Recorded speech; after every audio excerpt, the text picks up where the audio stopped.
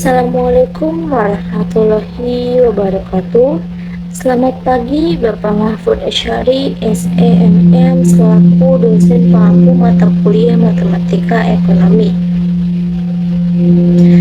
Perkenalkan, nama saya Alia Mukhbita Fadia dari kelas C dengan NIM 251080262. Pada kesempatan ini saya akan membahas tentang pengaruh pajak di Indonesia dan bagaimana kita bisa melihatnya juga dari sudut pandang matematika.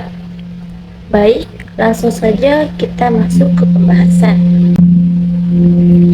Kita mulai dari pengertian dulu. Pajak itu adalah iuran wajib yang dibayarkan masyarakat ke negara berdasarkan undang-undang. Sifatnya memaksa, tapi memang tidak ada imbalan langsung yang kita rasakan saat itu juga.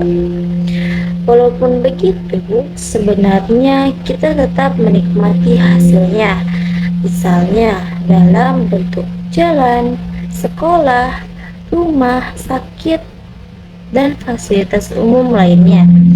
Di Indonesia, pajak itu punya peran yang sangat besar karena jadi sumber utama pendapatan negara, terutama dalam APBN. Jadi, tanpa pajak, banyak program pemerintah yang nggak bisa jalan. Secara umum, pajak punya 3 fungsi utama. Yang pertama, fungsi anggaran, yaitu sebagai sumber pendapatan negara.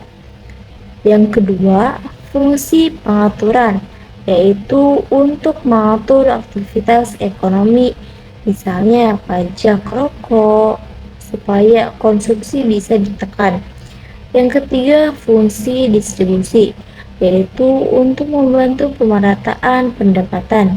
Sekarang kita bahas pengaruhnya. Salah satu dampak paling terasa dari pajak adalah naiknya harga barang. Kenapa? Karena ketika barang dikenakan pajak, biaya yang ditanggung produsen jadi lebih besar. Biasanya, produsen akan menaikkan harga supaya tetap untung. Nah, ketika harga naik, konsumen otomatis akan mikir ulang untuk beli. Dari sini kita bisa lihat hubungan antara harga dan jumlah permintaan. Semakin tinggi harga, biasanya permintaan turun. Ini sesuai dengan hukum permintaan dalam ekonomi. Dari sisi produsen juga ada dampaknya. Kalau pajak terlalu tinggi, bisa jadi produsen mengurangi produksi atau bahkan pindah ke usaha lain. Jadi, pajak itu memang punya efek kedua sisi, konsumen dan produsen. Tapi penting juga diingat, pajak nggak selalu berdampak negatif. Justru pajak ini yang jadi sumber pembangunan. Misalnya untuk membangun jalan, jembatan, subsidi, pendidikan, bantuan sosial, dan lain-lain. Jadi sebenarnya kita balik lagi menerima manfaatnya, walaupun tidak langsung.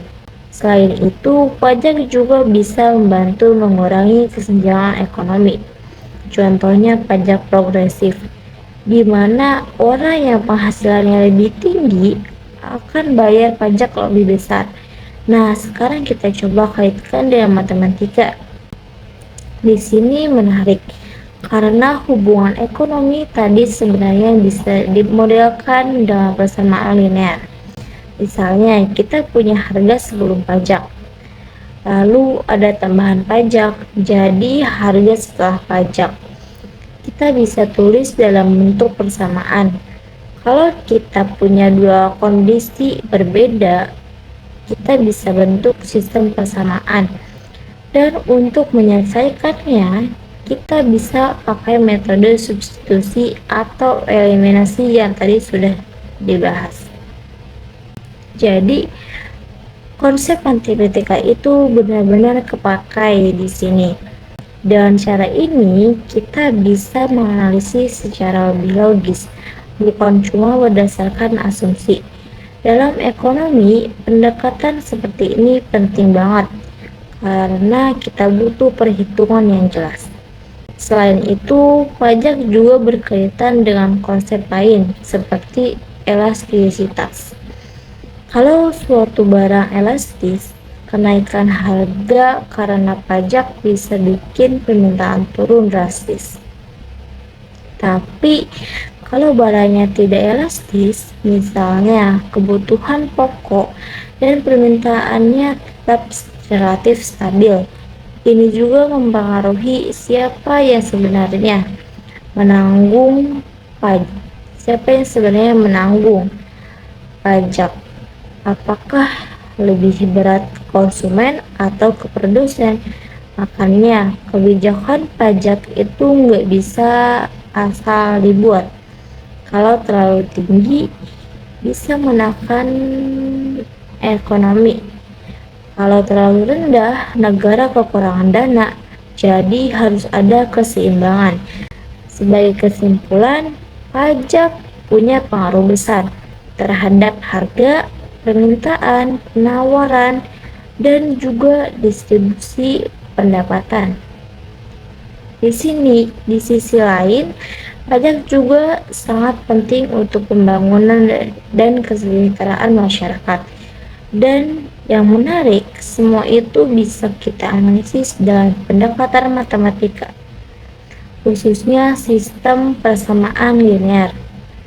Jadi, apa yang kita pelajari di matematika itu sebenarnya sangat relevan dengan kehidupan nyata. Sekian dari saya, terima kasih atas perhatiannya. Wassalamualaikum warahmatullahi wabarakatuh.